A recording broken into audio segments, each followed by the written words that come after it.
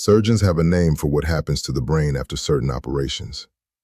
They call it the silent complication, not the infection, not the blood clot, not the wound that refuses to heal, the anesthesia itself. And if you are over 70, or if someone you love is scheduled for surgery in the coming months, this video might be the most important thing you watch before anyone steps into that operating room. Because there is a question almost nobody thinks to ask. A question your surgical team may never volunteer. And by the end of this video, you will know exactly what that question is, how to ask it, and what 4 specific alternatives exist that could protect the most important organ in your body, your brain. Stay with me.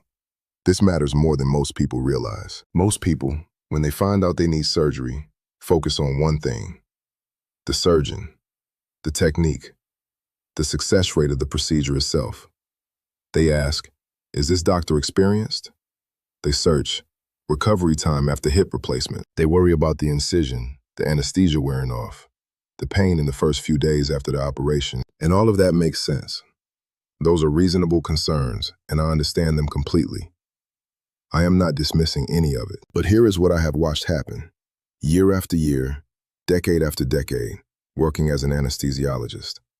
And this shift in focus changes everything. The surgery itself is often not the greatest risk for a patient over 70. The type of anesthesia is, specifically, general anesthesia. The kind that puts you fully under, where you are not just asleep, but your brain is chemically suppressed to a deep level. A tube is placed down your throat, and a machine takes over the act of breathing for you. For a healthy 40-year-old, the brain recovers. The body rebounds. A week later, they feel like themselves again. But for someone over 70, that pharmacological shutdown of the brain can trigger something that stays with you long after the stitches are gone. So the question is no longer just, who is doing my surgery? The real question is this: how is my brain being protected during it? Most patients never think to ask that. And most surgical teams never bring it up unless a patient specifically raises the issue. Let me show you exactly why this matters biologically. Because once you understand the mechanism, you cannot unhear it. The brain of a 70-year-old is not the same as the brain of a 40-year-old. I want to be precise here, because this is not about declining intelligence or weakness. It is about something called cognitive reserve. Cognitive reserve is the brain's buffer, its tolerance for disruption, its ability to absorb a pharmacological shock and return to baseline cleanly afterward. Younger brains have substantial reserve. Older brains have less. The margin for error is genuinely narrower. When we administer general anesthesia, we deliver a combination of induction agents, muscle relaxants, and volatile anesthetic gases. These drugs bind to receptors throughout the entire central nervous system.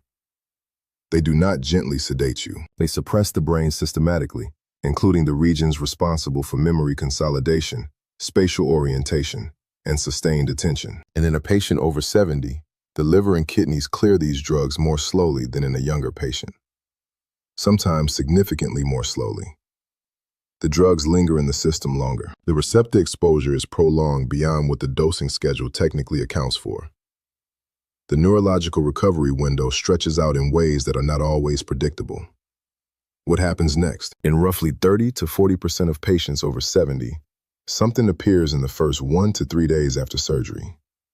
Postoperative delirium. That is not a minor side effect. I want you to understand what delirium actually looks like in a real human being, because the word sounds clinical and distant, and the reality is anything but. The patient wakes up, and they do not know where they are. They believe they are at home or in a place from 30 years ago. They become agitated, or they go completely still and unreachable. Sometimes they see things that are not present in the room. Sometimes they do not recognize family members who are standing right beside them, reaching for their hand. One daughter described it to me this way, after her father's knee surgery. He looked at me like I was a stranger. He knew my name when I said it, but his eyes were somewhere else entirely. Like the person I knew was behind a frosted window. The family had been waiting in the corridor, expecting their loved one to be groggy but oriented. A little disoriented perhaps, but essentially himself. What they found instead was genuinely frightening. And here's what I need you to understand about delirium, because this is the domino effect that most patients are never warned about before they sign a consent form. Delirium is not always temporary. In a significant number of elderly patients, Delirium is followed by something called postoperative cognitive dysfunction. Clinically, we abbreviate it as POCD. The memory does not fully come back. Processing speed stays sluggish. The sharpness that was there before surgery, that clarity, that quickness, the ability to track several things at once, to recall names without struggling, to follow a conversation without losing the thread, it is diminished, sometimes for weeks, sometimes for months. In some patients, the evidence suggests the decline does not fully reverse. And consider what this means practically. This is a person who is driving independently before the operation, managing their own finances, cooking for themselves, living fully. And now a family member is quietly moving in to help, or conversations are happening behind closed doors about assisted living, and the surgery that was meant to improve their quality of life has instead become the marker in time when everything changed. This is not theoretical. The data has been accumulating since the 1990s. Postoperative cognitive dysfunction in elderly patients is one of the most actively researched areas in anesthesiology right now, precisely because the aging population is growing rapidly and the stakes are rising year by year. Now let me be precise, because I want to be accurate and fair. Researchers are still actively debating whether general anesthesia directly causes lasting cognitive decline, or whether it accelerates a neurological process that was already beginning very gradually. The science is ongoing, and honest practitioners acknowledge the uncertainty. But here is what I can tell you from 30 years of clinical practice. We consistently see better cognitive outcomes in elderly patients who receive regional anesthesia rather than general anesthesia. The difference is not marginal. It is clinically meaningful. It shows up in delirium rates, in length of hospital stay, in how quickly patients return to independent function, and in family reports of cognitive baseline after discharge. That pattern is consistent enough that many leading surgical centers, in the United Kingdom, across Scandinavia, in major academic medical centers throughout North America, have now made regional techniques their default approach for elderly patients, wherever it is medically feasible. Which raises the obvious question: why is this still not standard everywhere? Why are so many patients over 70 still receiving general anesthesia when alternatives exist? This is where most elderly patients hit a wall. And it is the central domino I want to knock over for you today. They do their research. They become concerned. They arrive at the pre-operative consultation and say something like, "I read about cognitive risk with anesthesia. Is there another option for my surgery?" And sometimes, not always, but often enough to be a real pattern, they hear this: "This is standard procedure for this operation." Or, "Don't worry, you will be completely safe." Or simply, "We do this with everyone." And the patient backs down. Because who are they to push back against the surgeon? But here's the problem with standard procedure. Standard protocol was designed for the average patient population. The average patient population, weighted across all ages, skews significantly younger. When you are over 70, you are not in the average patient population for anesthetic risk. You are in a different physiological category, with different drug metabolism rates, different cerebrovascular reserve, different receptive sensitivity, and different cognitive vulnerability. Your anesthetic plan should reflect that individual reality. I am not saying general anesthesia is always avoidable. There are procedures where it is genuinely necessary. Complex cardiac surgery, certain neurosurgical procedures, long abdominal operations with specific airway or positioning requirements, emergency situations where time does not allow for a careful regional setup. When general anesthesia is truly necessary, a skilled anesthesiologist will do everything possible to protect the aging brain. Careful drug selection, minimizing total doses, using brain activity monitoring when appropriate, ensuring the fastest possible emergence from anesthesia, and carefully managing sedation during the recovery period to prevent oversuppression. But the reality is that general anesthesia is far more avoidable than most elderly patients are ever told, because there are 4 specific regional techniques, each matched to a different type of surgery, that allow a patient to undergo a major procedure without deep brain suppression. And I'm going to give you all 4 right now, with the detail you need to have a genuinely informed conversation. The first, and I want to start here because it is arguably the most transformative technique for surgery involving the limbs, is peripheral nerve block. Let me explain what this actually is, because the name sounds technical, but the concept is elegant in its simplicity. Pain signals from any surgical site travel through specific named nerve pathways before they ever reach the brain. The shoulder, the knee, the hip, the hand, the foot. Each region is served by identifiable, precisely mappable nerve bundles that follow predictable anatomical routes. What if we intercept those signals before they travel? That is exactly what peripheral nerve block does. Using real-time ultrasound imaging, technology that allows us to visualize the precise location of the target nerve on a screen in front of us, we place a small amount of local anesthetic adjacent to that nerve bundle. The result is complete numbness of the entire surgical region, not the whole body, not the whole spinal cord. Precisely and only the operative site. The patient is awake throughout, or resting in very light, comfortable sedation, a gentle drowsiness, nothing like unconsciousness. The brain is not suppressed. There is no tube in the throat, no ventilator, no systemic pharmacological shutdown. The patient breathes on their own, maintains their own airway, and can respond and speak if needed. And the block continues working for 12 to 24 hours after surgery ends. That critical first day of recovery, which is typically the most painful, is already covered by the local anesthetic that was placed before the first incision. The patient requires dramatically less opioid pain medication afterward, and opioids in elderly patients carry their own significant cognitive risks: confusion, excessive sedation, balance problems, and falls. Avoiding large doses of them is a meaningful benefit on multiple levels. For hip replacements, knee replacements, shoulder repairs, and hand surgeries, peripheral nerve block is genuinely changing how we approach anesthesia in elderly patients.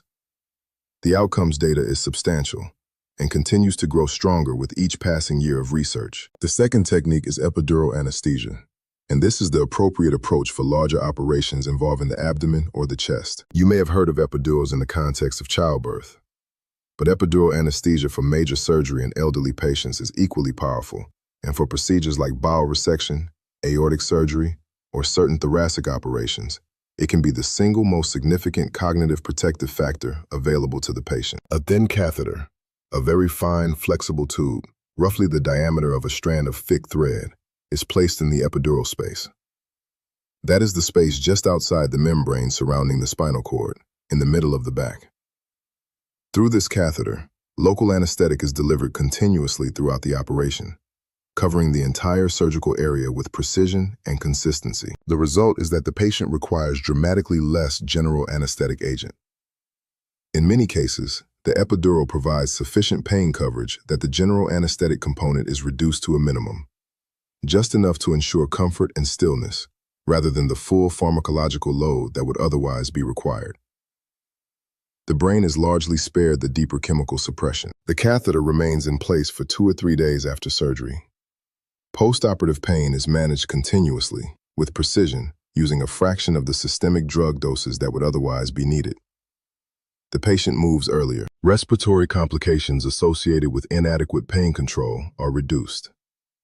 The entire recovery trajectory is fundamentally different and measurably better. The third technique is spinal anesthesia, which is distinct from epidural and is the preferred method for surgery of the lower body. Hip fractures, knee procedures, bladder and prostate operations, lower abdominal hernia repairs.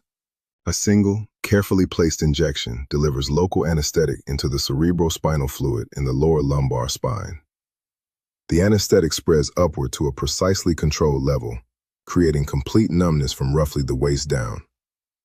The effect typically lasts 2 to 4 hours, which covers most lower body procedures comfortably. The patient can doze lightly during the operation, or listen to music, or simply rest quietly. Some request mild sedation for comfort, but the brain is not chemically suppressed to the level of general anesthesia. The airway is maintained entirely by the patient themselves. No tube, no ventilator, no forced pharmacological shutdown of consciousness. For elderly patients with hip fractures in particular, spinal anesthesia has become the preferred standard in many leading centers worldwide. The data on delirium reduction compared to general anesthesia is consistent across different patient populations, different countries, and different healthcare systems. This is not a niche or experimental approach. It is mainstream medicine, moving in a clear and well-supported direction. The fourth technique, and this one surprises many patients because they had never considered it an option, is conscious sedation combined with local anesthesia. This is the approach for smaller procedures. Cataract surgery, carpal tunnel release, hand and wrist operations, minor hernia repairs, certain skin procedures and biopsies. The patient receives carefully titrated sedation, producing what we call twilight state. Relaxed, calm, anxiety absent. If someone says your name, you respond. You are aware at a gentle level. You are not unconscious, not intubated, and your brain is not carrying the full pharmacological burden of general anesthesia. The local anesthetic is injected directly into the surgical site, providing complete pain control for the procedure itself. For cataract surgery specifically, a procedure that takes less than 20 minutes in experienced hands, many elderly patients are still receiving general anesthesia purely out of institutional habit and departmental routine. Conscious sedation is perfectly adequate, gentler on the aging brain, associated with faster recovery, and allows the patient to go home the same day, often feeling nearly normal within hours. The difference in cognitive experience for the patient is significant. Now, let me give you the precise language to use at your preoperative consultation, because knowing the 4 techniques is only half of it. The other half is knowing how to open the conversation without being dismissed or reassured away from pursuing it. When you sit down with your surgical team before the operation, say this: I have read about the cognitive risks of general anesthesia for patients over 70. Can we discuss whether a regional approach is appropriate for my specific procedure to reduce the risk of postoperative delirium and cognitive dysfunction? That question does 2 things at once. It signals that you are informed and specific, not vague, not anxious, but knowledgeable about the clinical literature. And it opens a genuine clinical conversation rather than a reflexive reassurance. If the answer is that general anesthesia is truly necessary, ask why. What specific aspect of this surgery requires general anesthesia that a regional technique cannot address? That is a fair, specific clinical question. It deserves a fair, specific clinical answer. If what you receive instead is, this is just what we do routinely, without further clinical reasoning, that is the moment to request a separate consultation with the anesthesiologist directly. The anesthetic plan is substantially within the anesthesiologist's decision-making authority. A good anesthesiologist who works regularly with elderly patients will often welcome exactly this conversation. They think carefully about these risks. They want to protect you. They may simply need to know that you want to have the discussion, because many patients never raise it, and teams default to what they always do. I want you to picture 2 patients. Both real patterns I have witnessed many times across many years of practice. Patient 1, a 78-year-old man, sharp, independent, drives himself to appointments, manages his own finances without help, does the crossword every morning and rarely leaves it unfinished. He has a knee replacement under standard general anesthesia. The surgical result is technically excellent. The knee functions well by the 6-week mark. 3 weeks after surgery, his daughter calls. He got lost driving to the pharmacy he has used every month for 12 years. He forgot a detailed family conversation that happened the day before. A conversation about something that mattered deeply to him. His crossword puzzles are sitting on the table. Started but abandoned. The pen is capped beside them. He is not the same person who walked into that operating room. The knee healed, but something else did not fully come back. Patient 2, an 81-year-old woman with a hip fracture after a fall. We perform the repair under spinal anesthesia with light sedation. During the procedure, she talks with her daughter on the other side of the surgical drape. She asks about the grandchildren. She makes a joke about the paper cap they made her wear. The procedure takes under 90 minutes. By day 2, she is walking with the physiotherapist. By day 4, she is home. 1 week later, she telephones the office to say thank you. She wanted us to know she is back in her garden. Her mind is completely clear. I have watched both of these stories play out, in different forms, more times than I can count. And the difference between them often comes down to a single conversation that either happened or did not happen before the operation began. The surgery protects the body. The right anesthesia protects the mind. And at 70, at 75, at 80, your mind is worth fighting for. Before your next surgery, or before anyone you love goes in for a procedure, write these 4 options down and bring that piece of paper to the consultation. Peripheral nerve block for operations on the limbs and joints. Epidural anesthesia for major chest or abdominal surgery. Spinal anesthesia for procedures below the waist. Conscious sedation with local anesthesia for smaller operations. Write the question down too. Can we discuss whether a regional approach is appropriate for my procedure to reduce the risk of postoperative cognitive complications? Ask it. Have the conversation before you are in the operating room, not after you are recovering in it, because informed patients receive better, more individualized care. Not because the system is adversarial, but because a patient who asks specific, knowledgeable questions prompts a specific, considered response. It genuinely changes the dynamic in the room. It invites your team to think carefully about your individual situation, rather than defaulting to the standard protocol, designed for the average patient across all ages. Every patient is different. Every procedure is different. If you have existing cardiac conditions, if you are on anticoagulants, if there are specific anatomical considerations, all of that factors into the decision, and your doctors know your individual situation in ways I cannot from a screen. What I'm giving you today is the framework for a better, more informed conversation. The starting point, not the final word. If this was useful, share it with someone who has surgery coming up, or with a family member who cares for an elderly parent. It takes 30 seconds to send, and it might genuinely change the conversation they have with their doctor. And if you want to understand what happens to the aging brain during the full course of hospitalization, not just during surgery, but throughout the recovery process, and why those first 72 hours after the procedure are so critical for long-term cognitive outcomes, I covered that in detail in another video. The link is in the description below. Take care of yourself, and take care of your mind.